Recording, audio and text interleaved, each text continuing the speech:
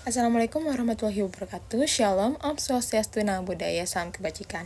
Halo semuanya, di sini saya merupakan mahasiswa Universitas Primagraha yang berasal dari Prodi Manajemen Fakultas Ekonomi dan Bisnis.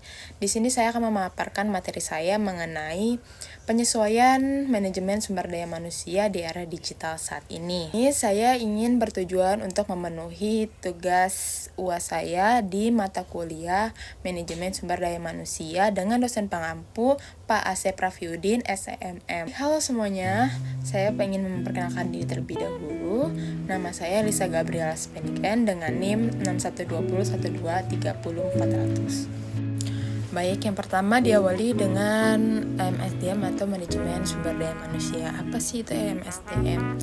Jadi, Manajemen Sumber Daya Manusia ini memiliki tugas yang sangat penting dalam mengembangkan potensi karyawan menurut Kusuma 2021. Program pelatihan pengembangan keterampilan dan pemberdayaan individu dirancang agar karyawan dapat menjalankan tugas mereka dengan lebih efektif. Lalu, manajemen sumber daya manusia pun berfungsi dalam membantu perusahaan beradaptasi terhadap perubahan dan tantangan eksternal. Menurut Koroida dan Maunah tahun 2022, respon terhadap perubahan teknologi dinamika pasar membutuhkan langkah yang cermat agar perusahaan tetap tumbuh secara berkelanjutan. Lalu ada di latar belakang, di sini kita akan membahas mengenai era digital saat ini yang terus berkembang pesat. Pemanfaatan teknologi informasi dalam berbagai sektor telah menjadi keharusan termasuk dalam pengolahan sumber daya manusia atau SDM.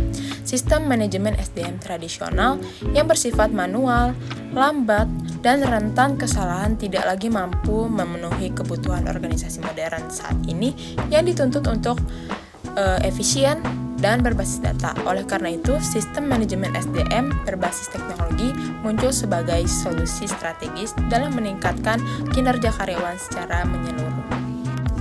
Lalu ada perencanaan kebutuhan tenaga kerja. Proses ini merupakan tahap meneropong atau yang disebut masa depan perusahaan.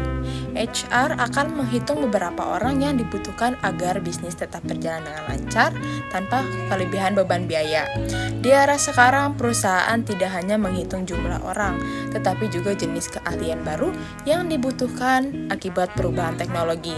Contohnya, sebuah perusahaan retail pakaian menyadari bahwa pembeli mulai beralih ke aplikasi. Jadi ketika mereka merencanakan bahwa tahun depan mereka membutuhkan 10 orang staf gudang baru, namun perlu mengurangi 5 kasir fisik dan menggantikannya dengan 2 ahli pemasaran digital atau digital marketer. Artinya perencanaan kebutuhan tenaga kerja kini menjadi fondasi strategis yang tidak lagi sekedar menghitung jumlah staf, melainkan melakukan analisis prediktif terhadap kebutuhan kompetensi di masa depan.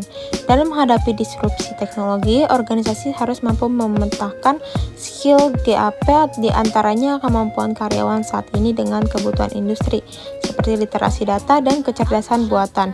Proses ini melibatkan sinkronisasi antara visi jangka panjang perusahaan dengan ketersediaan talenta di pasar kerja, sehingga organisasi dapat menentukan kapan harus melakukan rekrutmen baru dan kapan melakukan optimalisasi internal atau kapan harus menggunakan tenaga kerja kontrak untuk menjaga efisiensi operasional. Lalu selanjutnya analisis dan perancangan pekerjaan.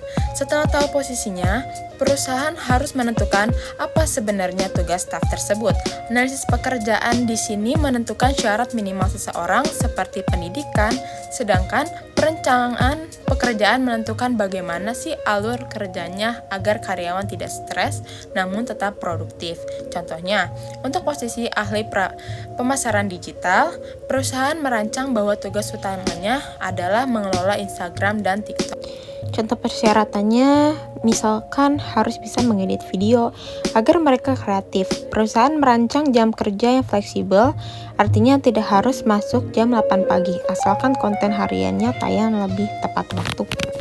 HR harus mampu menyusun job description yang fleksibel namun tetap memiliki indikator keberhasilan yang jelas. Proses ini melibatkan identifikasi tugas inti, tanggung jawab, dan persyaratan teknis yang dibutuhkan untuk sebuah posisi. Perancangan pekerjaan yang baik saat ini juga mempertimbangkan aspek ergonomis dan psikologis seperti memungkinkan kerja jarak jauh atau sistem hybrid guna memastikan bahwa beban kerja yang diberikan selaras dengan kapasitas mental karyawan dan mendukung produktivitas yang berkelanjutan. Selanjutnya ada rekrutmen dan seleksi. Ini adalah tahap mencari dan menyaring kandidat.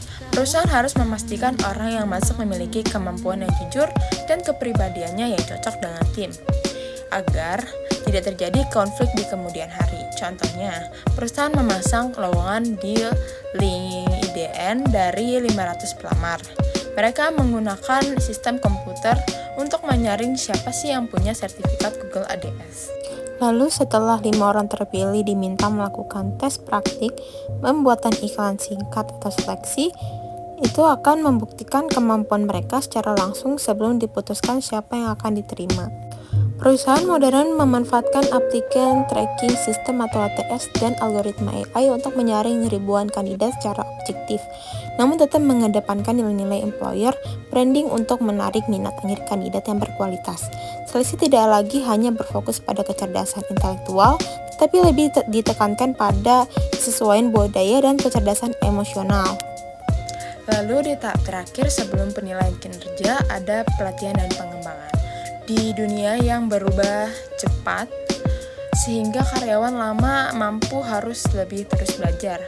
Pelatihan di sini fokus pada kemampuan untuk pekerjaan saat ini, sedangkan pengembangan fokus pada persiapan karyawan untuk naik jabatan di masa depan. Contohnya, karyawan gudang yang tadinya mencatat manual dilatih untuk menggunakan tablet dan sistem barcode atau pelatihan. Dan di sisi lain ada manajer gudang yang berpotensi diberikan kursus kepemimpinan agar tahun depan siap dipromosikan menjadi kepala operasional atau pengembangan. Pelatihan dan pengembangan karyawan saat ini dipandang sebagai investasi jangka panjang melalui strategi upskilling dan reskilling untuk menjaga relevansi organisasi. Mengingat masa pakai keterampilan teknis semakin pendek, perusahaan wajib menyediakan ekosistem pembelajaran yang berkelanjutan, baik melalui platform e-learning, pendampingan mentoring, maupun pelatihan lintas fungsi. Pengembangan SDM tidak hanya berfokus pada kemampuan teknis atau hard skill, tetapi juga pada soft skill seperti kepemimpinan, berpikir kritis, dan kreativitas. Lalu, the last but not least, ada penilaian kinerja. Ini adalah momen evaluasi untuk melihat apakah hasil kerja karyawan sesuai dengan target yang disepakati.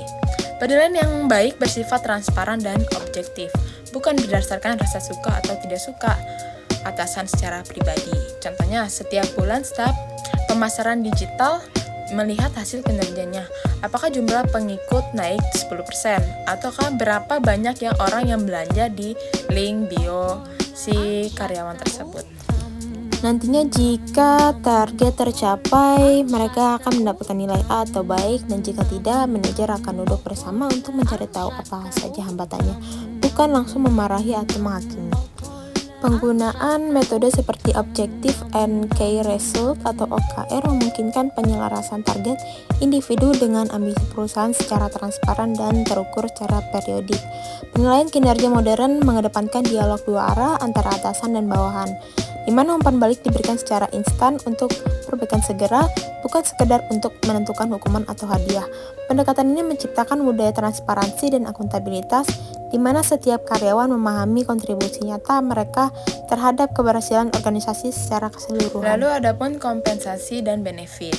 Kompensasi merupakan balas jasa atas keringat karyawan. Bentuknya tidak hanya yang tunai ataupun gaji, tetapi juga hal-hal yang membuat karyawan merasa aman dan nyaman bekerja, sehingga tidak mudah tergoyah untuk pindah perusahaan pesaing. Contohnya, selain gaji pokok, perusahaan memberikan bonus kepada staf pemasaran jika target penjualan online tembus angka tertentu. Selain itu, perusahaan memberikan benefit berupa asuransi kesehatan yang menanggung anggota keluarga serta fasilitas Jumat santai, di mana karyawan boleh pulang lebih awal untuk menjaga keseimbangan hidupnya. Pemberian kompensasi dan benefit di sini menjadi instrumen terakhir namun paling vital dalam mempertahankan talenta terbaik melalui pendekatan kesejahteraan total. Tantangan di saat ini mengharuskan perusahaan untuk menawarkan lebih dari sekadar gaji kompetitif. Paket kompensasi harus mencakup tunjangan kesehatan mental, fleksibilitas waktu, sehingga program kepemilikan saham atau bonus berbasis performa dan transparan. Sistem kompensasi harus dirancangkan secara adil, secara internal dan kompetitif secara eksternal untuk mencegah turnover yang tinggi. Dengan mengintegrasikan sistem penghargaan yang menyentuh aspek finansial dan emosional, perusahaan dapat membangun motivasi intrinsik yang kuat pada karyawan untuk terus memberikan kinerja terbaik bagi organisasi.